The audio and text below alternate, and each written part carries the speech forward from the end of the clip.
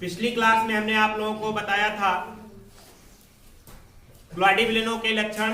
कुलाडी विलयनों के लक्षण में 4-5 लक्षण बताए गए थे। उसके बाद में हमने बताया था कुलाडी विलयनों के प्रकार में हमने बताया था कुलाडी विलयन कुल 8 प्रकार के हो सकते हैं। प्रचित प्रावस्था और प्रक्षेपण माध्यम की अवस्था के आधार पर प्रचित प्रावस्था भी ठोस द्रव गैस हो सकती है, प्रक्षेपण माध्यम भी ठोस द्रव गैस हो सकता है। इसके आधार पर कुलाडी विलयन कुल 8 प्रकार के बताया गया था।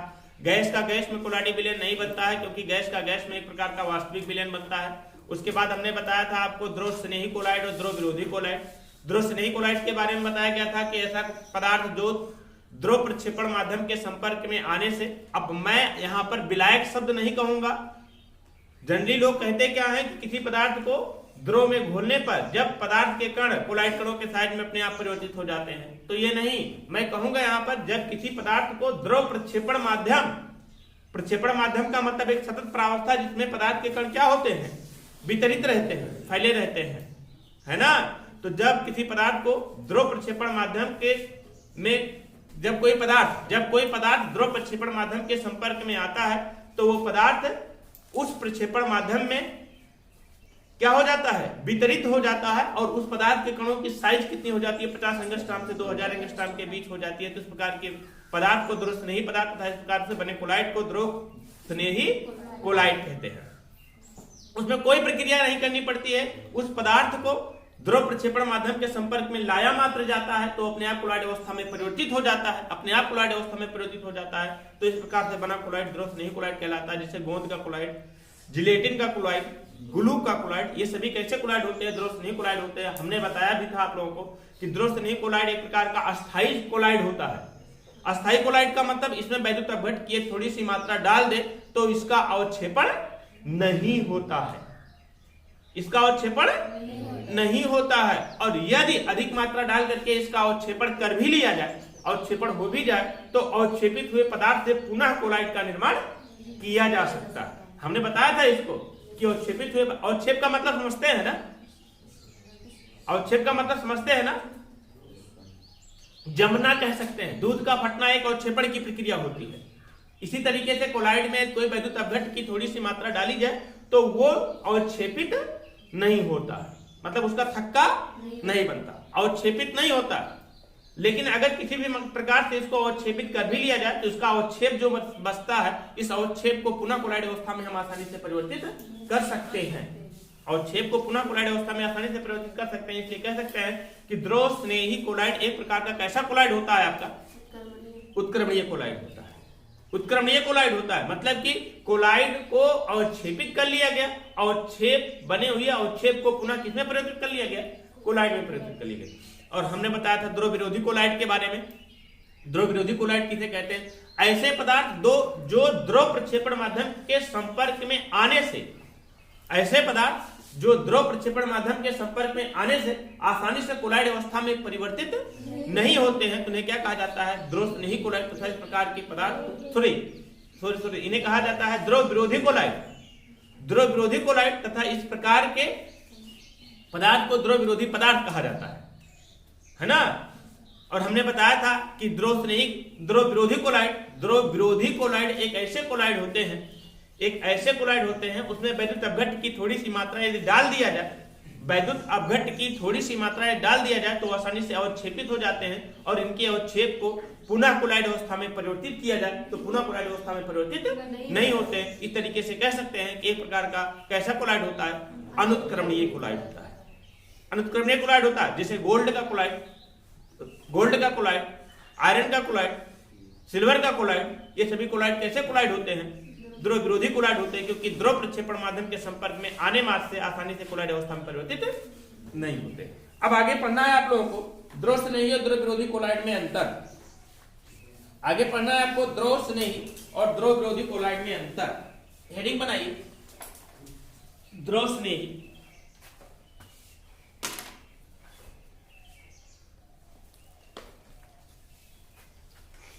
या द्रव विरोधी द्रव स्नेही कोलाइड में अंतर। द्रव विरोधी और द्रव स्नेही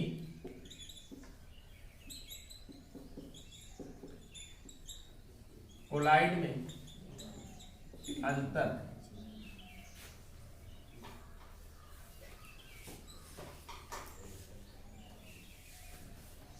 एक तरफ लिखिए द्रव विरोधी,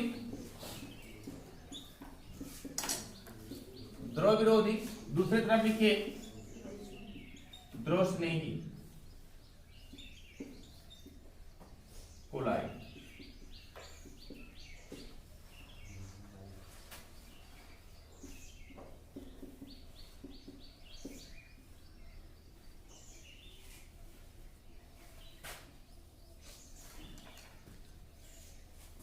यहां लिखे क्रम संख्या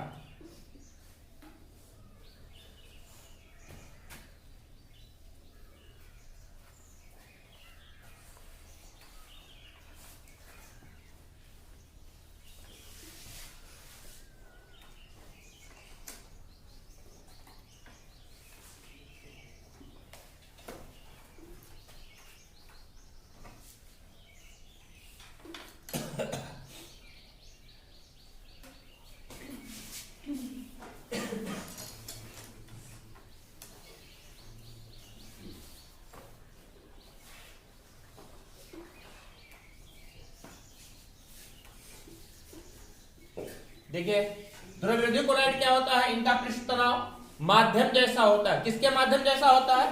प्रक्षेपण माध्यम जैसा होता है। लिखिए इनका पृष्ठ तनाव, इनका पृष्ठ तनाव माध्यम जैसा होता है।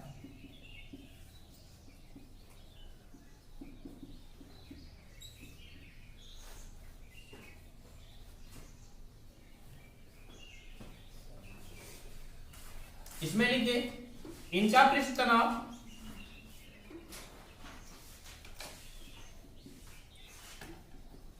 परिक्षेपण माध्यम से कम होता है।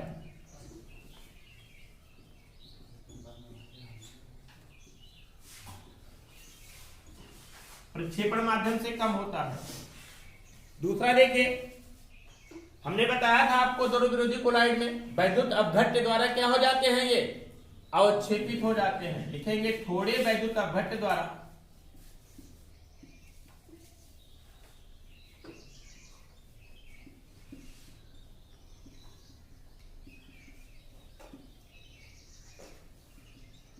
अवक्षेपित होते हैं, अवक्षेपित होते हैं। यहां लिखिएगा द्रव स्नेही कोलाइड में थोड़े वैद्युत अपघट्य द्वारा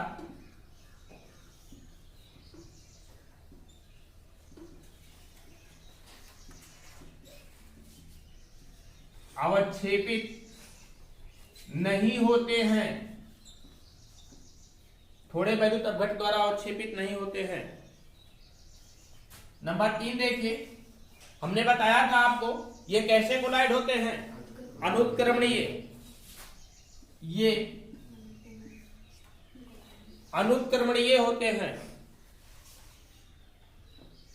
अनुत्क्रमणीय होते हैं।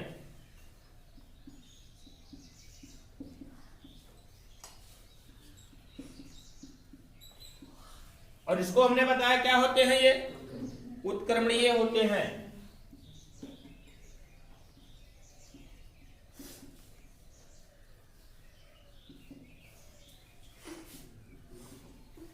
उत्क्रमणीय होते हैं।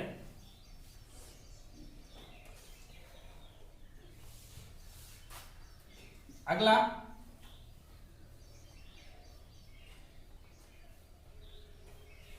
इनके कणों को अति शक्तिशाली सूक्ष्मदर्शी के द्वारा देखा जा सकता है। लिखेंगे इनके कणों को सूक्ष्मदर्शी द्वारा देखा जा सकता है।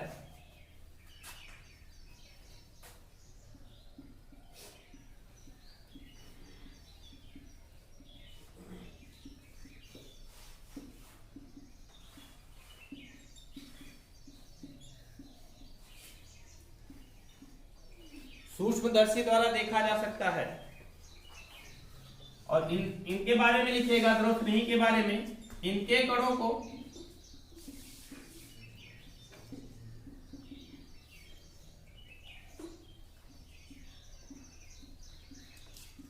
सूक्ष्मदर्शी द्वारा आसानी से नहीं देखा जा सकता है।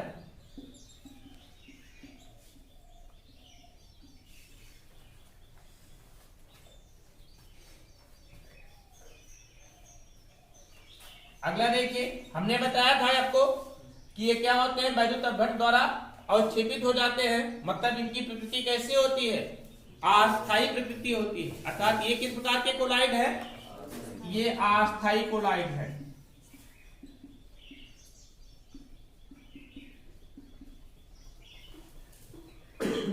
ये कैसे कोलाइड है, अस्थायी कोलाइड है। क्यों क्यों अस्थायी कोलाइड है, क्योंकि थोड़े वैद्युत अपघट्ट के द्वारा इनका अवक्षेपण नहीं किया जा सकता है।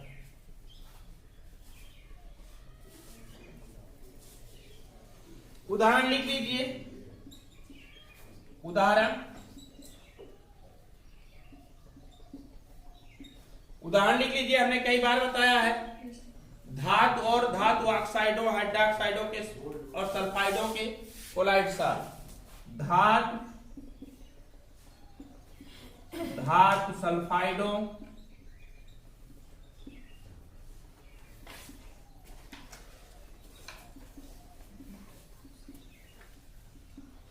हाइड्रोक्साइडों के सॉल्ट, इनके उदाहरण कौन कौन से हैं, हमने बताया था कौन से, गोंद, जिलेटिन, ग्लू,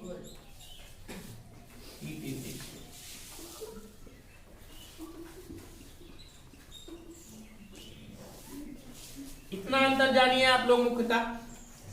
नोट कर लिए सब लोग, नोट कर जल्दी से, आवाज नहीं करोगे।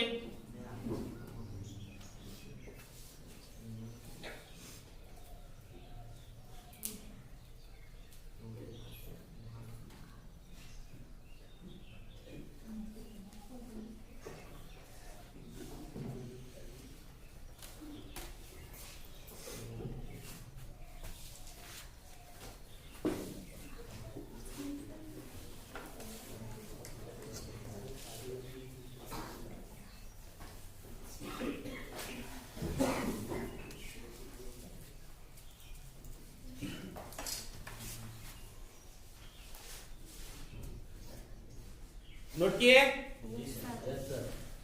हाँ फिर से देखिए एक बार।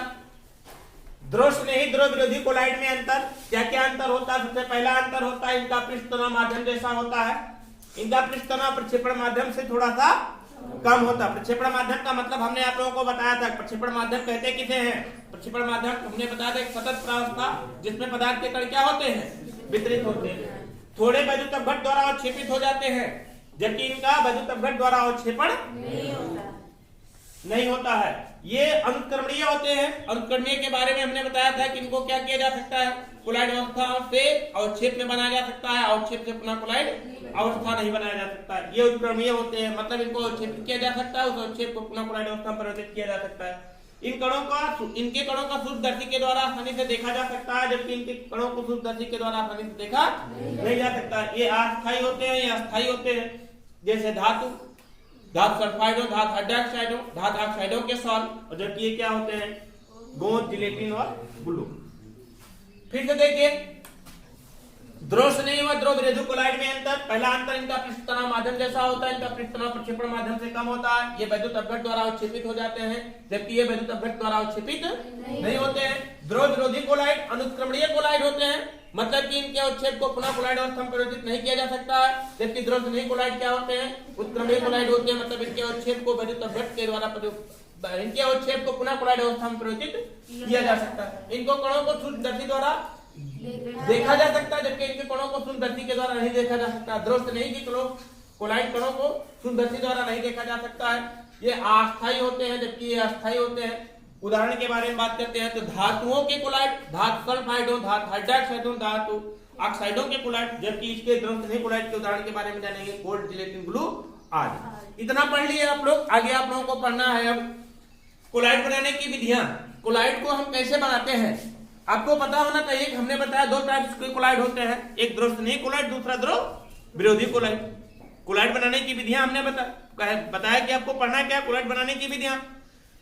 दो प्रकार के कोलाइड, द्रव स्नेही कोलाइड, द्रव विरोधी कोलाइड। द्रव स्नेही कोलाइड को बनाने का सबसे आसान तरीका, पदार्थ लें, प्रक्षेपण माध्यम लें, आपस में मिला दें, मिलाने के बाद थोड़ा सा हिला दें, वो अपने आप कोलाइड अवस्था में परिवर्तित हो जाते हैं। इसी कारण तो कहा गया द्रव स्नेही कोलाइड है। लेकिन द्रव विरोधी कोलाइड को हम ले, द्रव विरोधी कोलाइड बनाना हो अगर हमें, पदार्थ लें और प्रक्षेपण माध्यम लें और उसमें डालें, दिन भर हिलाते रहे, बनेगा नहीं बनेगा। दिन भर उसको चलाते रहे, बनेगा नहीं बनेगा। इसलिए द्रव विरोधी कोलाइड बनाने के लिए अनेक प्रकार की विधियां करनी पड़ती हैं, जिस विधि के द्वारा कोलाइडी विलयनों का निर्माण किया जाता है। ये विधियां दो प्रकार की होती हैं, एक होता है संघनन विधियां और दूसरा होता है आपका परिक्षेपण विधियां। संघनन विधि और परिक्षेपण विधि, दोनों विधियां अभी हम आप लोगों को पढ़ाएंगे। तो हेडिंग बनाइए, कोलाइड बनाने की विधियां।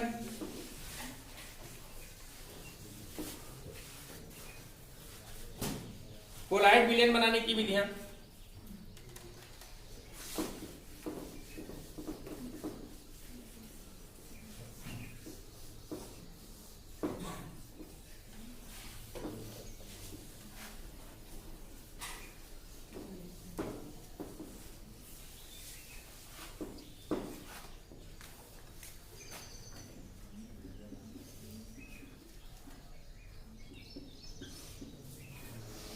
कोलाइड विलयन बनाने की विधियां। पहला कौन सा, द्रव स्नेही कोलाइड बनाने की विधियां। द्रव स्नेही कोलाइड बनाने की विधियां। दूसरा कौन सा, द्रव विरोधी कोलाइड बनाने की विधियां।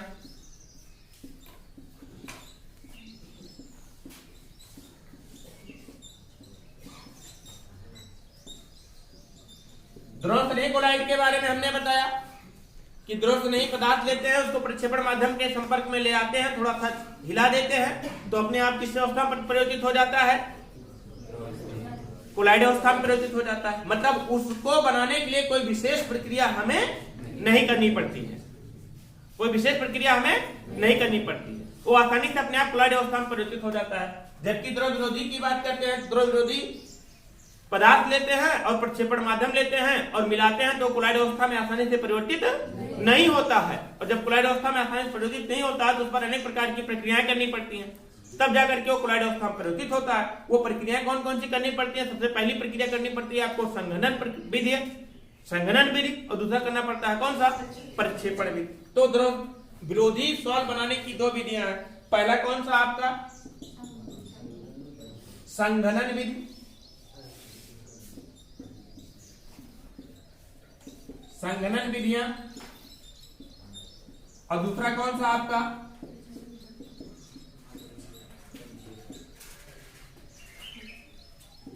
परिक्षेपण विधियां। तो हेडिंग बनाइए, कोलाइड विलयन बनाने की विधियां लिखे हैं ना, उसके नीचे हेडिंग बनाइए द्रव स्नेही कोलाइड बनाने की विधियां, द्रव स्नेही कोलाइड बनाने की विधियां।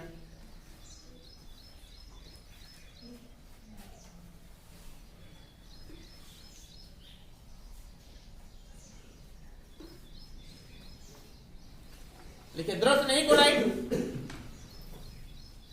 प्रक्षेपण माध्यम के संपर्क में आने से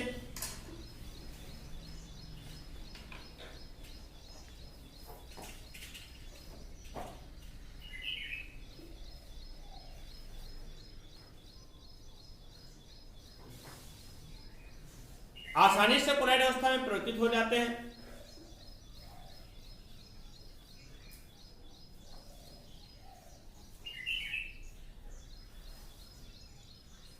आसानी से कोलाइड अवस्था में परिवर्तित हो जाते हैं।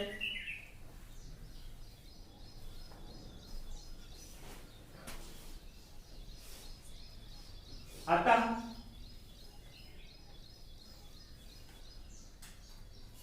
इस प्रकार के कोलाइड बनाने के लिए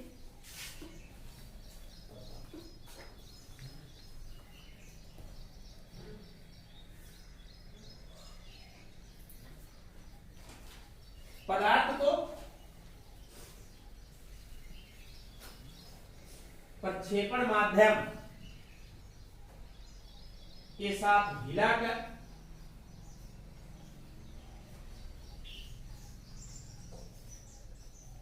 या क्या करके गर्म करके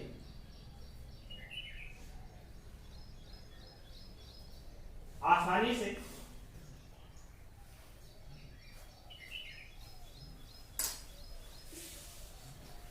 कोलाइड विलयन बनाया जा सकता है।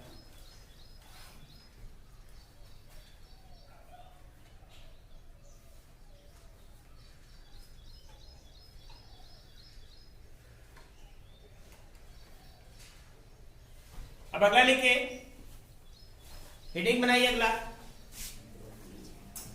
ध्रुव विरोधी कोलाइड बनाने की विधि।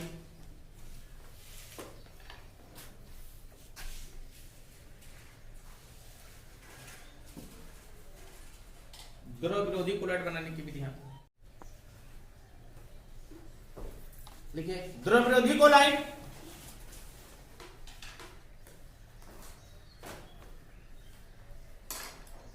प्रक्षेपण माध्यम के संपर्क में आने से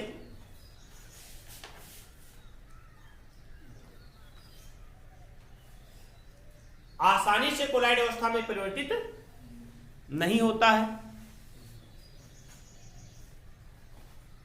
प्रक्षेपण माध्यम के संपर्क में आने से आसानी से कोलाइड अवस्था में परिवर्तित नहीं होता है।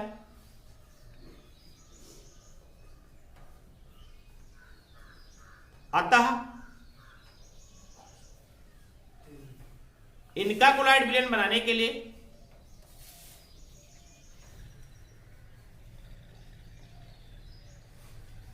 इस पर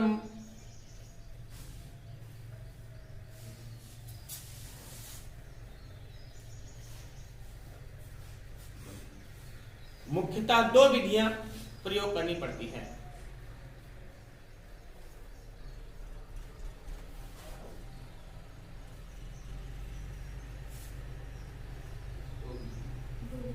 दो विधियां प्रयुक्त करनी पड़ती हैं।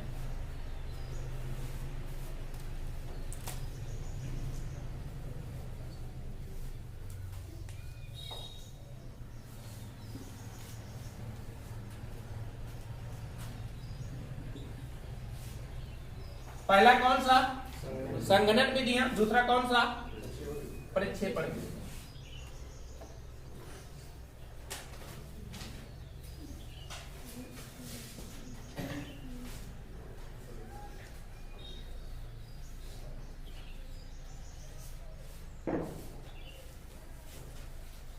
पहले हेडिंग बनाइए आप लोग।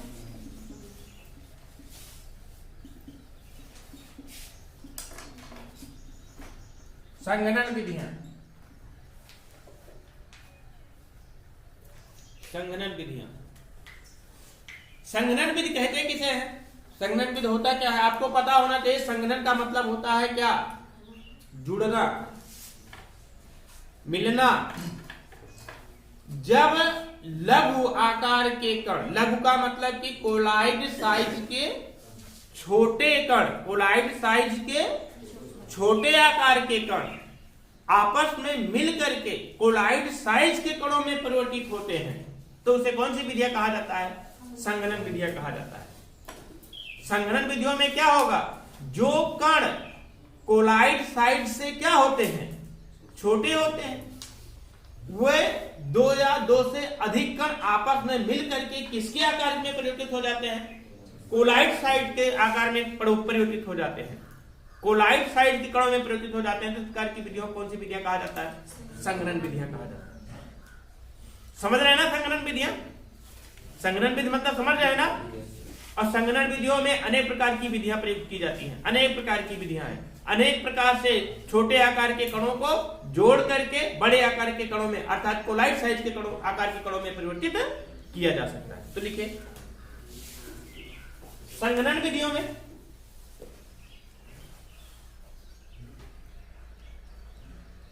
पदार्थ के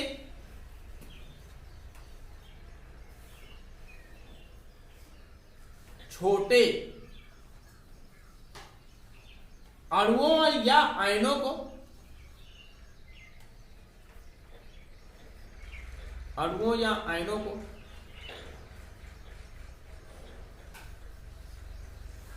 रासायनिक और भौतिक विधियों द्वारा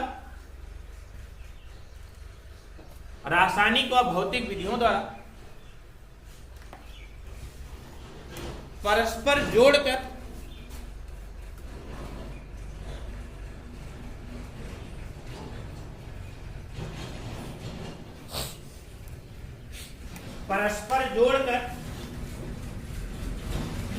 कोलाइड साइट के कणों में परिवर्तित किया जाता है। कोलाइड साइट के कणों में परिवर्तित किया जाता है।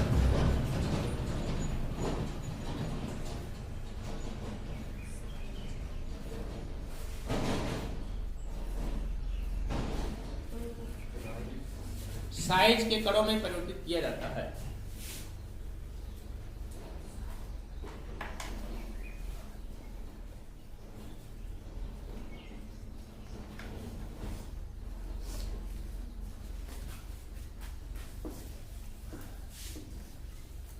इस विधि में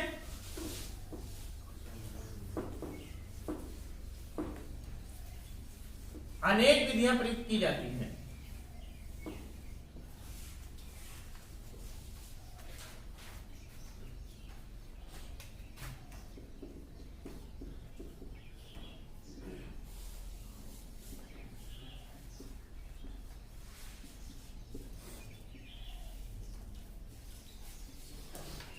नंबर पहला लिखिए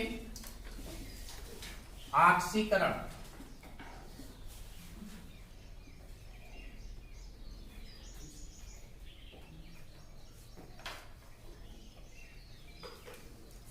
ऑक्सीकरण द्वारा कैसे किया जाता है? हाइड्रोजन सल्फाइड गैस होता है, जैसे आपका हाइड्रोजन सल्फाइड गैस H2S, इसे सल्फर डाइऑक्साइड द्वारा ऑक्सीकृत कराया जाता है। जलीय विलयन में सल्फर डाइऑक्साइड द्वारा क्या कराया जाता है? ऑक्सीकृत कराया जाता है। तो 2S और 1S बन जाएगा क्या आपका? 3S, और बनेगा क्या आपका यहां से? 2H2O। ये सल्फर का सॉल बनता है, सल्फर का सॉल बनता है, सल्फर का कोलाइड विलयन बनता है। समझ पा रहे हैं ना? हाइड्रोजन सल्फाइड का सल्फर डाइऑक्साइड द्वारा ऑक्सीकृत कराने पर सल्फर के कोलाइड विलयन बनते हैं। तो इस विधि को कौन सी विधि कहा जाता है?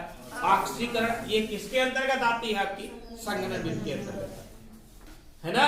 तो लिखिए ऑक्सीकरण। हाइड्रोजन सल्फाइड गैस का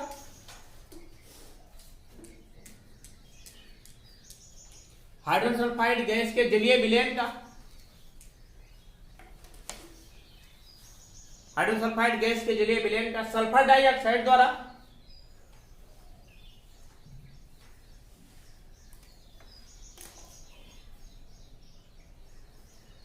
ऑक्सीकृत करके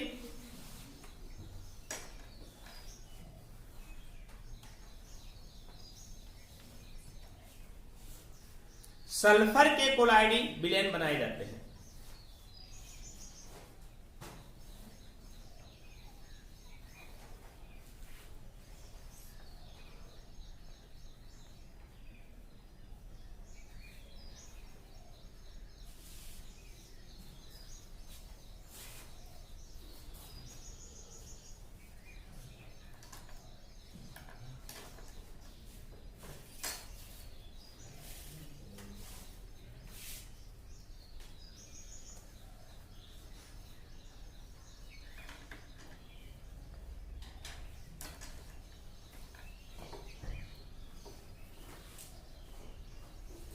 नोट कर लीजिए इसको। अगला लिखिए, नोट करिए इसको।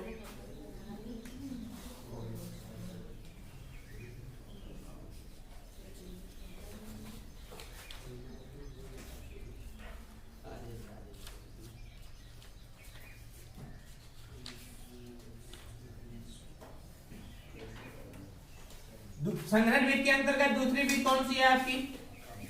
अपचयन। रिडक्शन में क्या किया जाता है? जब धातुओं के कोलाइडी विलयन बनाने होते हैं तो धातुओं के साल्ट को, जैसे ऑरिक का मतलब गोल्ड का कोलाइडी विलयन बनाना होगा तो ऑरिक क्लोराइड का ले लेते हैं, और आरिक क्लोराइड का क्या करा देते हैं हम, अपचायकों के द्वारा अपचयन करा देते हैं। अपचायकों के द्वारा क्या करते हैं, उसका अपचयन करा देते हैं। तो उस धातु का क्या बन जाता है आपका, कोलाइडी सॉल्ट बन जाता है, कोलाइडी ब्रेन बन जाता है। लिखिए गोल्ड सिल्वर प्लेटिनम,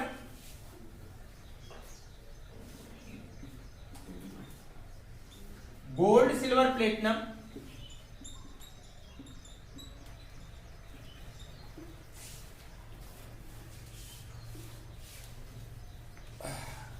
धातुओं के सॉल्ट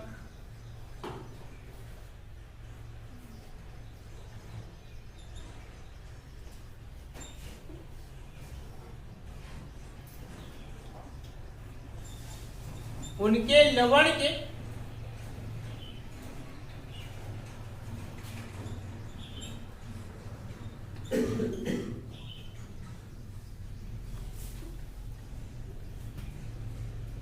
जलीय विलयन का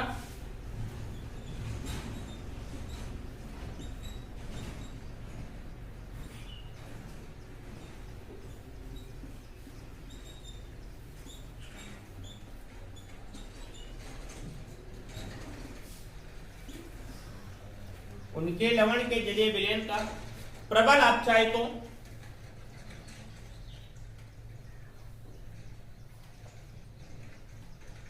जैसे हाइड्रेजीन,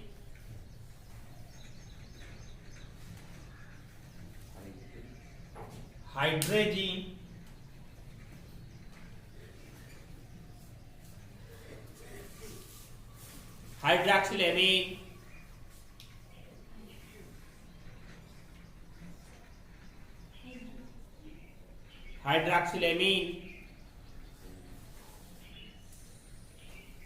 आदि अपचायकों के द्वारा अपचयन करके बनाते हैं।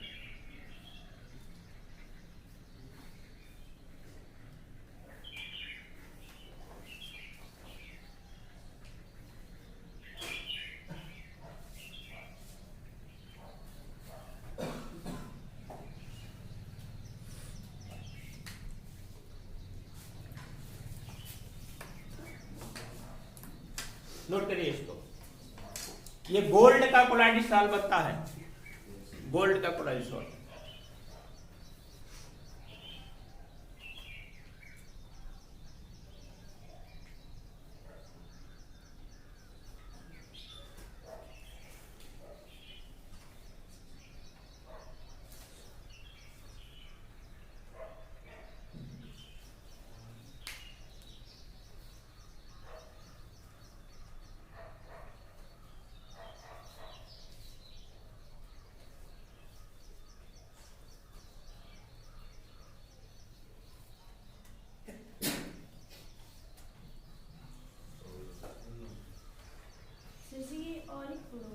ऑरिक्लोराइड AuCl3 गोल्ड के साथ बना हुआ, गोल्ड का क्लोरीन के साथ बना हुआ साल्ट। अगला लिखिए जल अपघटन,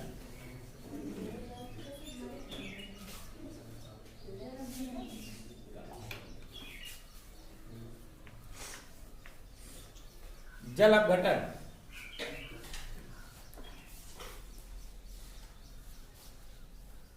देखिए क्षीण धन विद्युतीय धातु है। क्षीण धन विद्युतीय धातु का मतलब क्या होता है, जिनका पॉजिटिविटी चार्ज क्या होता है, बहुत ही कम होता है। क्षीण धन विद्युतीय धातु जैसे आयरन, एल्युमिनियम, क्रोमियम,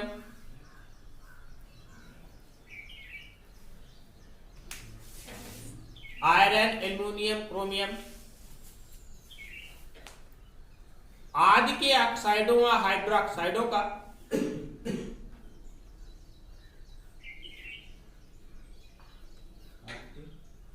ऑक्साइडों व हाइड्रोक्साइडों का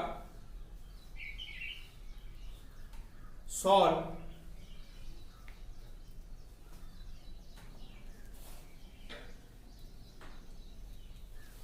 जल अपघटन करके बनाया जाता है।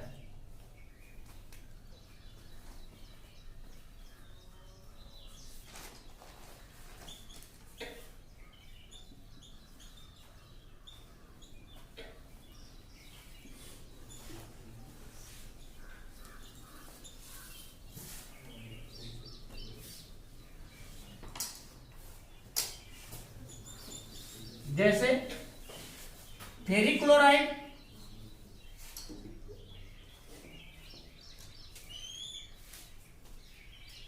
फेरिक क्लोराइड का जल अपघटन करके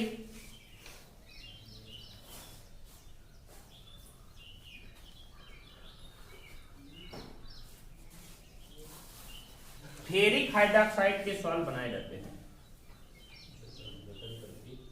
फेरिक हाइड्रोक्साइड के सॉल्ट बनाए जाते हैं।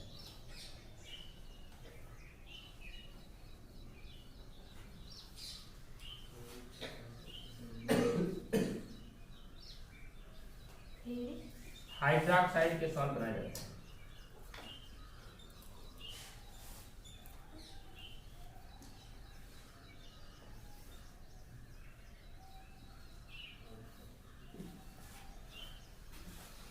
नोट कर लीजिए इसको।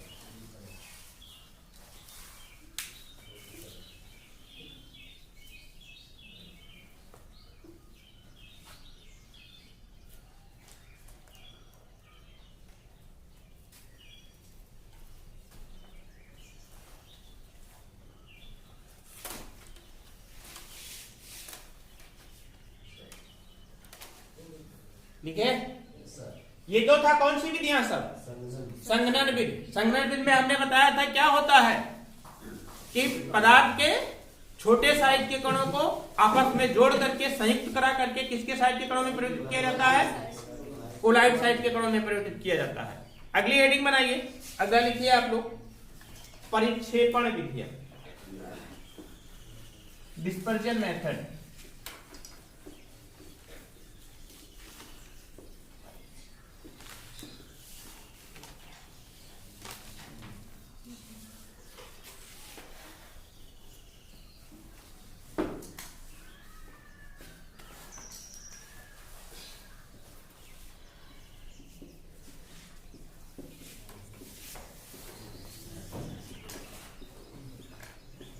परिक्षेपण विधियां, परिक्षेपण विधियां कहते हैं किसे हैं? बड़े साइज के कणों को। परिक्षेपण विधियों में कौन सी क्या किया जाता है? कोलाइड साइज से बड़े साइज के कणों को विभिन्न भौतिक विधियों के द्वारा तोड़ करके उन्हें किस साइज के कणों में परिवर्तित किया जाता है? कोलाइड साइज के कणों में परिवर्तित किया जाता है। उस प्रकार की विधियों को कौन सा विधि कहा जाता है?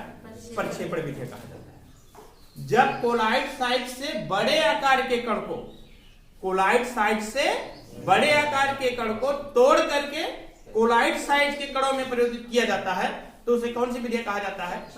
प्रक्षेपण विधियां कहा जाता है। प्रक्षेपण विधियां कई हैं, अभी बताते हैं। तो लिखिए, कोलाइड साइज के बड़े, कोलाइड आकार से बड़े आकार के कणों को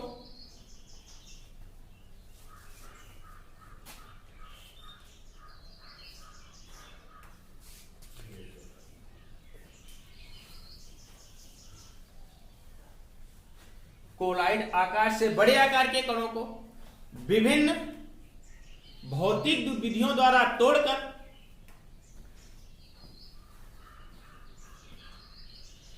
उन्हें कोलाइड आकार के कणों में, उन्हें कोलाइड आकार के कणों में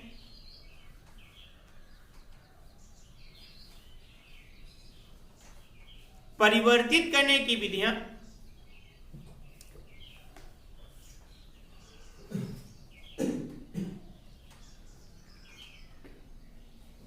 क्या कहलाती हैं?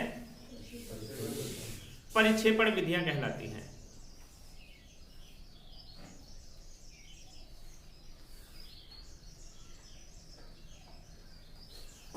परिक्षेपण विधियां कहलाती हैं।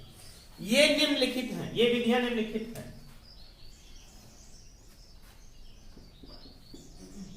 पहला है आपका यांत्रिक परिक्षेपण,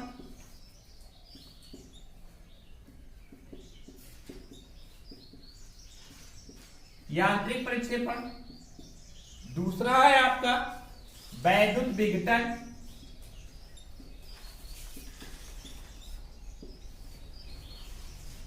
तीसरा आपका पेप्टीकरण या पेप्टाइजेशन,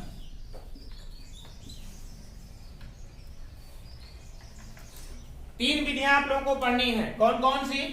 यांत्रिक प्रतिक्षेपण, वैद्युत विघटन और तीसरा कब पढ़ना कौन सा आपका?